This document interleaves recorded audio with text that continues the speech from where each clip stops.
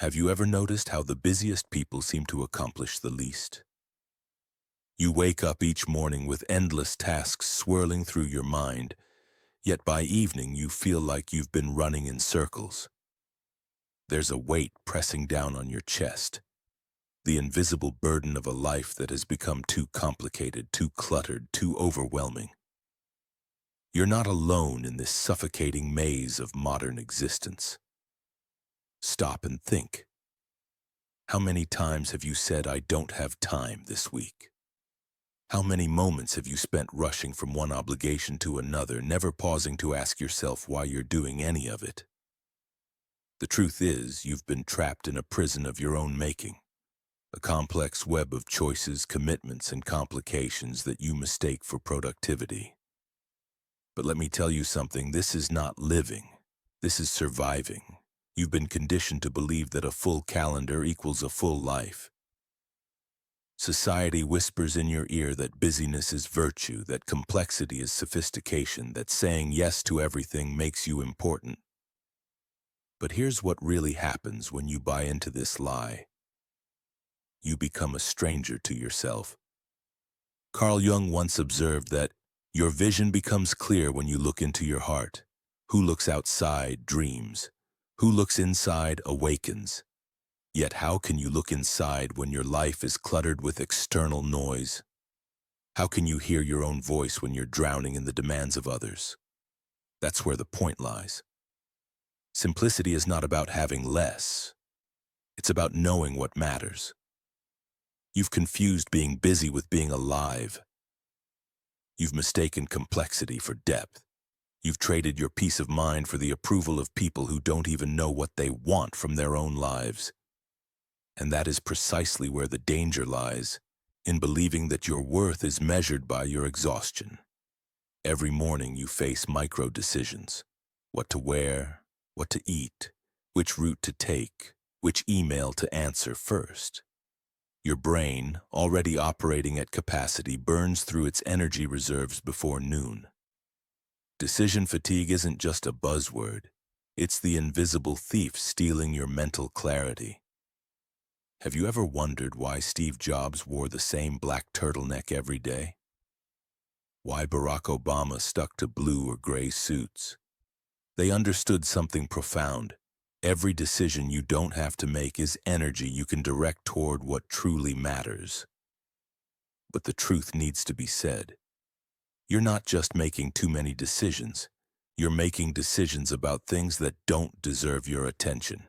You're spending precious mental energy on choices that have no impact on your deeper purpose, your relationships, your growth, or your happiness. Here's what really happens when you simplify your choices. You create space for what Jung called individuation, the process of becoming who you truly are.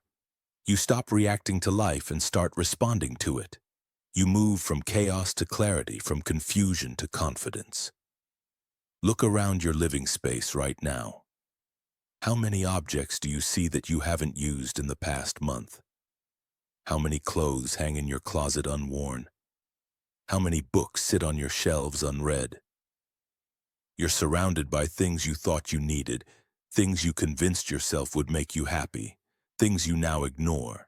The ancient Stoic philosopher Epictetus taught that wealth consists not in having great possessions, but in having few wants.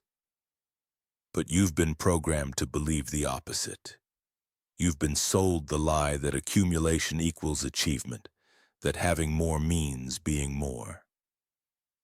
Maybe you're tired of being owned by your possessions. Maybe you're exhausted from working to pay for things you don't need to impress people you don't even like. Maybe it's time to recognize that every object in your space is either serving you or enslaving you. This is not minimalism for the sake of aesthetics. This is freedom through intentionality. When you own fewer things, those things own less of you. When you choose quality over quantity, you choose presence over possession. When you let go of what you don't need, you make room for what you do need. Space to breathe, time to think, energy to create. You say yes when you mean no. You agree to attend events you don't want to attend, join committees you don't care about, take on projects that drain your soul. Why? Because you've been taught that declining is selfish, that boundaries are cruel, that disappointing others is worse than disappointing yourself. But let me tell you something. Every yes to something that doesn't align with your values is a no to something that does. Friedrich Nietzsche wrote, "The individual has always had to struggle not to be overwhelmed by the tribe." Your tribe, your family, friends, colleagues, society has expectations. They want you to be available, accommodating, agreeable. They want you to sacrifice your time, energy, and peace of mind for their comfort. That's where the point lies. True simplicity requires the courage to disappoint people who don't understand your priorities. It demands the strength to say no to good opportunities so you can say yes to great ones. It means choosing your own values over other people's expectations. Your mind is not a computer hard drive with unlimited storage. It's more like a cluttered desk, where every new thought, worry, and obligation gets piled on top of the last. You're carrying mental baggage from conversations that happened years ago, fears about futures that may never come, and guilt about choices you can't change. Have you ever noticed how your best ideas come to you in the shower, on walks, or just before you fall asleep? That's not coincidence. It's your brain finally getting the quiet space it needs to process, connect, and create. But how often do you give yourself that space? The neuroscientist Dr. Daniel Siegel speaks of mind sight, the ability to see the internal world of yourself and others. But you can't develop mind sight when your internal world is chaos. You can't hear your inner wisdom when your mental radio is stuck on static. This is not about emptying your mind. This is about choosing what deserves space in it. Not all relationships are created equal. Some people energize you, inspire you, challenge you to grow. Others drain you, diminish you, keep you stuck in patterns that no longer serve you. You know the difference, even if you pretend you don't. Here's what really happens when you simplify your social circle. You stop spreading yourself thin across dozens of shallow connections and start investing deeply in relationships that matter. You stop being a people pleaser and start being a person who attracts people worth pleasing. Maybe you're carrying relationships out of obligation, not affection. Maybe you're giving your time and energy to people who wouldn't do the same for you. Maybe it's time to acknowledge that some relationships are seasons, not lifetimes. The difference is that quality relationships don't require constant maintenance. They require authentic presence. They don't drain your energy. They restore it. They don't complicate your life. They simplify it by reminding you who you are and who you want to become. Every writer knows the power of editing. The first draft is never the final draft. The best writing happens when you cut away everything that doesn't serve the story. Your life is the same. It's a story that needs constant editing. But let me tell you something. You are both the author and the editor of your life story. What chapters are you ready to close? What characters need to exit stage left? What plot lines have become boring, destructive, or irrelevant? You have the power to cut, to revise, to rewrite. You have the authority to say, "This doesn't belong in my story anymore." The ancient Chinese philosopher Lao Tzu understood this when he wrote, "In pursuit of knowledge, every day something is added. In pursuit of wisdom, every day something is dropped. But wisdom requires the opposite, the courage to let go." Perhaps the most difficult aspect of simplifying your life is accepting that you will disappoint people. Your family may not understand why you're not available for every gathering. Your friends may not appreciate your new boundaries. Your colleagues may not respect your refusal to work weekends. But the truth needs to be said. You cannot live an authentic life without disappointing people who want you to be someone else. The psychologist Dr. Brené Brown reminds us that you can't please everyone, and if you try, you'll lose yourself. You've been losing yourself in other people's expectations, drowning in their demands, suffocating under their definitions of success. That's where the point lies. The people who truly love you want you to be happy. not busy. They want you to be authentic, not agreeable. They want you to be yourself, not their version of who you should be. You stop being a victim of circumstances and start being an architect of your experience. You stop asking, "Why is this happening to me?" and start asking, "What do I want to create?" And that is precisely where the magic happens.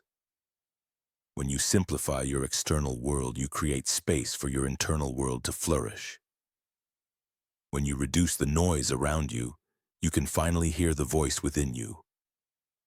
When you stop trying to do everything, you discover what you're truly meant to do. You are not meant to live a complicated life. You are not meant to be overwhelmed, overcommitted, or overstimulated.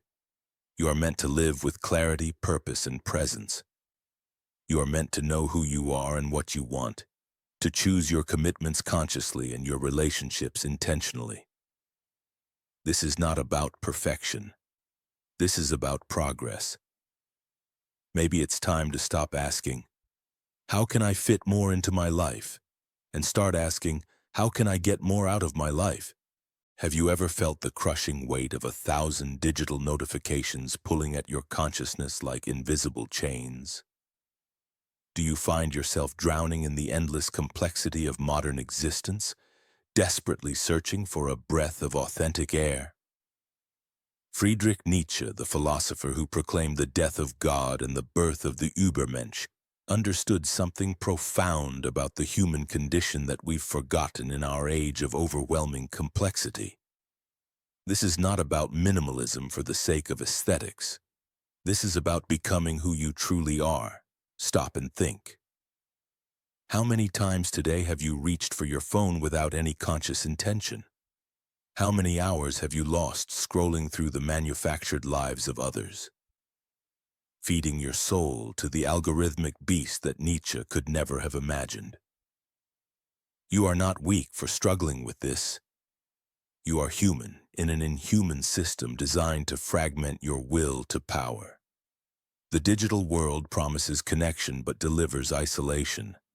It offers infinite choice but breeds decision paralysis.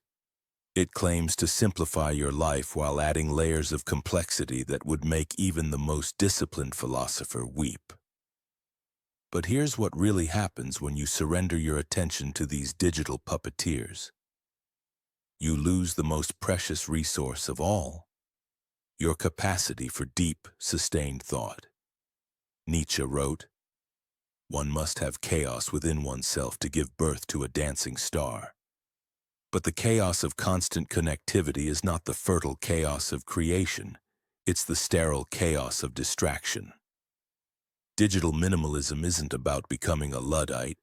It's about recognizing that every notification is a small act of violence against your developing self. The truth needs to be said.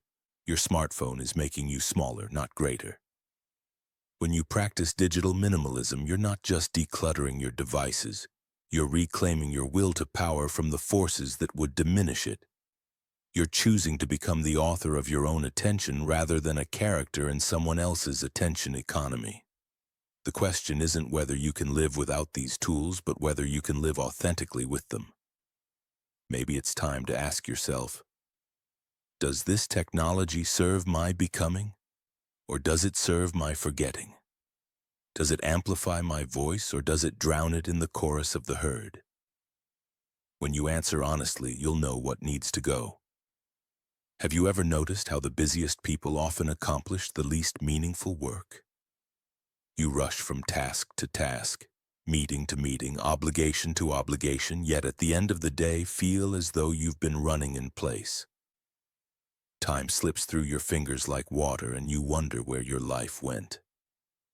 This is the modern tragedy. We have more time-saving devices than any generation in history. Yet we feel more pressed for time than ever before. Nietzsche's concept of eternal recurrence poses a haunting question. If you had to live this exact day over and over again for eternity, would you be filled with joy or despair? Most of us, if we're honest, would feel a knot of dread in our stomachs. We're living days we wouldn't choose to repeat, trapped in patterns that serve neither our growth nor our joy. But let me tell you something. Time management isn't about efficiency. It's about alignment with your deepest values. The Eisenhower matrix, that simple tool of prioritization, becomes a philosophical instrument when viewed through Nietzschean eyes. What is urgent versus important? What deserves your life force versus what merely demands it? The truly powerful person doesn't just manage time. They transform their relationship with time itself. That's where the point lies. When you simplify your approach to time, you're not just becoming more productive. You're practicing what Nietzsche called self-overcoming.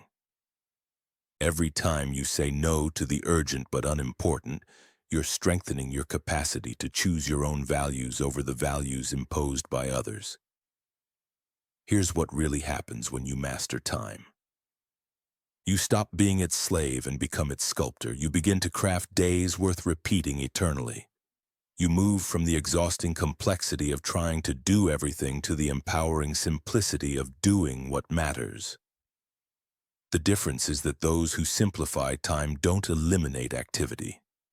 They eliminate confusion. They don't seek to fill every moment, but to make each moment meaningful. They understand that true productivity isn't about cramming more into your schedule, but about ensuring what's in your schedule is worth your finite existence. Walk into your living space right now and ask yourself this question. Does this environment reflect who you are becoming or who you were told to be? Look around at the accumulated possessions, the clutter, the stuff you've forgotten you owned. What story does this space tell about your values, your priorities, your vision of the good life? Your physical environment is not neutral. It either supports your growth or it hinders it. It either inspires your highest self or it weighs down your spirit with the burden of complexity. Nietzsche understood that our surroundings shape our thinking, and our thinking shapes our becoming. This is not about having less for the sake of having less. This is about creating space for your soul to breathe. The minimalist living space isn't an aesthetic choice. It's a philosophical declaration. When you remove the excess, you make room for the essential. When you eliminate the distractions, you create conditions for deep focus. When you choose quality over quantity, you're practicing what the ancient philosophers called the examined life. But here's what most people miss about simplifying their space. It's not just about removing things, it's about removing the invisible weight those things place on your psyche. Every object in your environment makes a subtle demand on your attention. Every surface covered in clutter creates a low-level stress response. Every room packed with unnecessary items becomes a prison of your own making. Maybe you're thinking, but I might need this someday. Or this has sentimental value, yeah, or I paid good money for that. These are the voices of fear, not wisdom.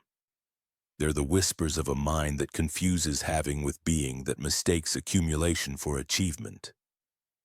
The truly liberated person understands that possessions can possess the possessor. They know that simplicity isn't about deprivation. It's about discernment. They've learned to ask not, can I afford this, but does this deserve a place in my life? When you simplify your space, you're not just organizing your belongings, you're organizing your consciousness. You're creating an environment that reflects your values rather than your impulses. You're making a statement about what kind of person you choose to become.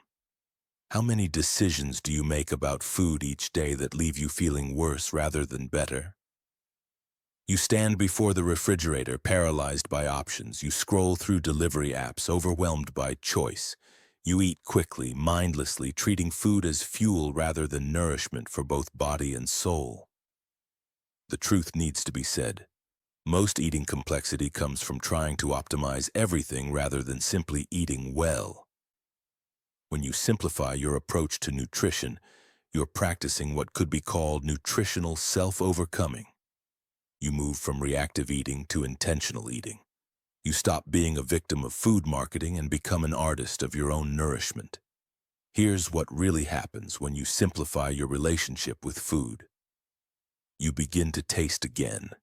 You start to notice how different foods make you feel. You develop what we might call embodied wisdom, the ability to know what your body needs without consulting experts, apps, or elaborate meal plans. The difference is that simple eating doesn't mean boring eating. It means conscious eating. It doesn't mean restriction. It means intentionality. It means choosing to eat in a way that supports your energy, your health, and your joy, rather than undermining them. Perhaps you've been making eating more complicated than it needs to be. Perhaps you've been seeking the perfect diet rather than developing a personal relationship with food that honors both pleasure and health. Perhaps it's time to remember that every meal is an opportunity to practice the art of living well. True financial power comes not from having the most sophisticated system, but from having the clearest relationship with money. It comes from knowing what you want money to do for you, rather than letting money dictate what you do with your life. Here's what really happens when you simplify your finances. You stop being a slave to financial anxiety and become a master of financial intention. You move from reactive money management to proactive money stewarding. You begin to see money as energy that can either be scattered or focused toward what matters most. The simplest financial life is often the most powerful financial life, not because it's easy, but because it's intentional, not because it requires less thought, but because it requires the right kind of thought. How many relationships in your life energize you versus drain you? How often do you say yes when you mean no, commit when you want to decline, or smile when you want to scream? The complexity of modern social life often comes not from having too many relationships, but from having unclear boundaries about what kinds of relationships you actually want. Nietzsche understood that most people live according to what he called herd morality, doing what others expect rather than what their authentic self demands. But setting boundaries isn't about being selfish. It's about being honest. It's about honoring your own needs so you can genuinely serve others from a place of fullness rather than depletion. This is not about isolation. This is about integrity. When you simplify your social life by setting clear boundaries, you're practicing what could be called relational self-overcoming. You stop being a people pleaser and start being a person worth pleasing. You stop trying to be everything to everyone and start being authentically yourself to the people who matter. The truth that needs to be said is this: every boundary you fail to set is an act of violence against your future self. Every yes you give when you mean no is a betrayal of your own becoming. Every relationship you maintain out of obligation rather than affection is an anchor dragging down your ability to fly. Here's what really happens when you simplify your relationships. You discover who your real friends are. You find out which connections were based on authentic mutual regard versus social convenience. You begin to invest your emotional energy in relationships that actually nourish your soul rather than depleting it. Maybe it's time to ask yourself, which relationships in your life would you choose again if you met these people today? Which social obligations serve your growth versus your guilt? Which boundaries have you been afraid to set because you've confused kindness with self-sacrifice? The most loving thing you can do for others is to become fully yourself. And becoming fully yourself requires the courage to disappoint people who want you to remain partially yourself. The present moment power. Mindfulness as revolutionary act. Have you ever noticed how rarely you're actually where you are? Your body sits in one place while your mind races between past regrets and future anxieties. You're physically present but psychologically absent, living everywhere except in the only moment that actually exists, this one. This mental time travel isn't just a bad habit. It's a form of existential exile from your own life. Nietzsche spoke of the eternal now, the recognition that all of life happens in the present moment, and our ability to fully inhabit that moment determines the quality of our existence. But presence isn't passive. It's one of the most radical acts possible in a culture designed to fragment your attention. This is not about emptying your mind. This is about filling your life. When you practice present moment awareness, you're not escaping reality. You're finally arriving at it. You're stepping out of the mental prison of past and future and into the actual experience of being alive. This isn't mystical nonsense. It's practical wisdom for anyone who wants to stop missing their own life. But here's what most people don't understand about mindfulness. It's not about feeling peaceful all the time. Sometimes presence means fully experiencing pain, anger, or sadness. Sometimes it means sitting with discomfort rather than immediately trying to fix or escape it. True mindfulness is about showing up for all of your experience, not just the pleasant parts. That's where the point lies. When you simplify your relationship with time by focusing on the present, you're not just reducing stress. You're reclaiming your life from the tyranny of mental chatter. You're choosing to be the protagonist of your own experience rather than a spectator to your own thoughts. Here's what really happens when you master present moment awareness. Time seems to slow down. Colors become more vivid. Conversations become deeper. Simple experiences become profound. You begin to understand why children can find wonder in puddles and why poets write about ordinary things as if they were miracles. The difference is that presence isn't a technique you practice for a few minutes a day. It's a way of being you can access in any moment. It's always available, always free, always exactly what you need. You just have to remember to remember. The perfectionist's prison. Excellence without enslavement. Do you ever find yourself paralyzed by the gap between how things are and how you think they should be? Have you postponed starting projects because you can't yet do them perfectly? Do you spend more energy planning the perfect approach than actually taking imperfect action? If so, you've discovered one of the most sophisticated prisons the human mind can create for itself. Perfectionism masquerades as high standards, but it's actually a form of fear. It's the fear of being judged, the fear of failure, the fear of discovering that you're human rather than superhuman. Nietzsche understood that the pursuit of perfection could become an enemy of excellence, that the perfect could become the enemy of the powerful. This is not about lowering your standards. This is about raising your courage. The perfectionist believes that if they just try hard enough, plan long enough, or wait for the right moment, they can avoid all mistakes and criticism. But this is impossible. And even if it were possible, it would be undesirable. Mistakes are not bugs in the system of life. They're features. They're how you learn, grow, and become who you're meant to be. But let me tell you something that perfectionism doesn't want you to know. Done is often better than perfect. Progress is always better than paralysis. Imperfect action creates more value than perfect inaction. The world doesn't need your perfect offering.